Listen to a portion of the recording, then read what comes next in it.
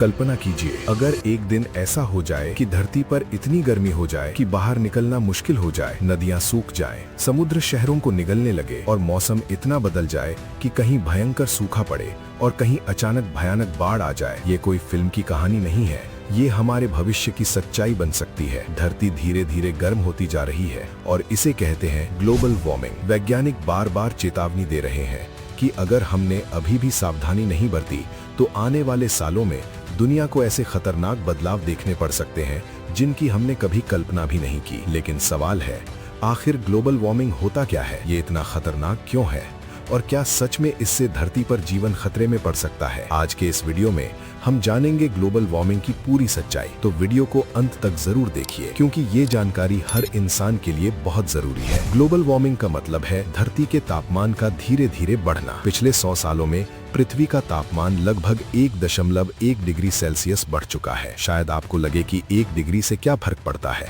लेकिन धरती के लिए ये बहुत बड़ा बदलाव है। इस छोटे से बदलाव की वजह से ही बर्फ तेजी से पिघल रही है, समुद्र का स्तर बढ़ रहा है, मौसम अनियमित हो रहा है और यही कारण है कि आज दुनिया भर में हीट वेव, बाढ़, सूखा और तूफान पहले से ज्यादा देखने को मिल रहे हैं। ग्लोबल वार्मिंग का सबसे बड़ा कारण है ग्रीन हाउस गैस। जब हम कोयला जलाते हैं, पेट्रोल और डीजल इस्तेमाल करते हैं, बड़ी बड़ी फैक्ट्रियां चलाते हैं, तो उससे निकलती है कार्बन डाइऑक्साइड। ये गैस धरती के चारों तरफ एक परत बना देती है जो सूरज की गर्मी को बाहर जाने नहीं देती। इससे धरती का तापमान धीरे धीरे बढ़ने लगता है। इसे ही कहते हैं ग्रीन हाउस इफेक्ट। एक और बड़ा कारण है जंगलों की कटाई। पेड़ कार्बन डाइऑक्साइड को अपने अंदर खींच लेते हैं और हमें ऑक्सीजन देते हैं, लेकिन जब जंगल काटे जाते हैं तो कार्बन डाइऑक्साइड बढ़ती है, ऑक्सीजन कम होती है और इसका सीधा असर पड़ता है धरती के तापमान पर। आज हर साल लाखों पेड़ काटे जा रहे हैं जो ग्लोबल वार्मिंग को और तेज बना रहा है। धरती के सबसे ठंडे इलाके जैसे आर्कटिक,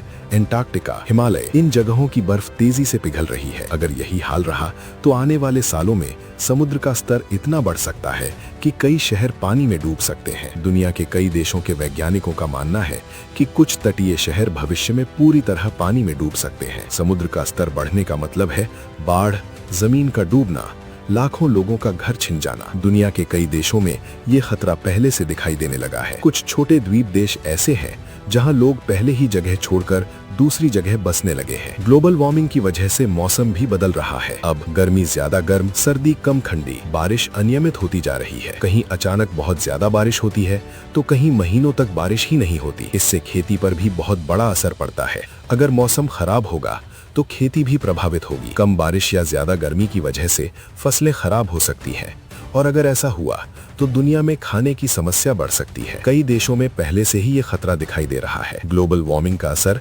सिर्फ इंसानों पर नहीं, जानवरों पर भी पड़ रहा है। कई जानवर ऐसे हैं जो सिर्फ ठंडे इलाकों में रह सकते हैं, लेकिन जब बर्फ पिघल रही है तो उनका घर खत्म हो रहा है, जैसे पोलर बियर, पेंगुइन। इन जानवरों के लिए भविष्य बहुत कठिन हो सकता है। गर्मी बढ़ने से कई तरह की बीमारियां भी बढ़ सकती हैं। मच्छर और वायरस गर्म मौसम में तेजी से फैलते हैं। इससे डेंगू, मलेरिया, नई बीमारियां बढ़ने का खतरा भी बढ़ सकता है। अगर ग्लोबल वार्मिंग इसी तरह बढ़ता रहा तो वैज्ञानिकों के अनुसार आने वाले 50 से 100 सालों में धरती का तापमान 2 से 4 डिग्री तक बढ़ सकता है और अगर ऐसा हुआ तो समुद्र का स्तर बहुत बढ़ सकता है। कई शहर डूब सकते हैं, मौसम बहुत खतरनाक हो सकता है और धरती पर जीवन बहुत कठिन हो सकता है। अच्छी बात यह है कि अभी भी समय है। अगर पूरी दुनिया मिलकर कोशिश करे तो ग्लोबल वार्मिंग को कम किया जा सकता है। इसके लिए जरूरी है ज्यादा पेड़ लगाना, प्रदूषण कम करना, सौर ऊर्जा का इस्तेमाल, बिजली बचाना। छोटे छोटे कदम भी बड़ा बदलाव ला सकते हैं। ग्लोबल वार्मिंग कोई छोटी समस्या नहीं है,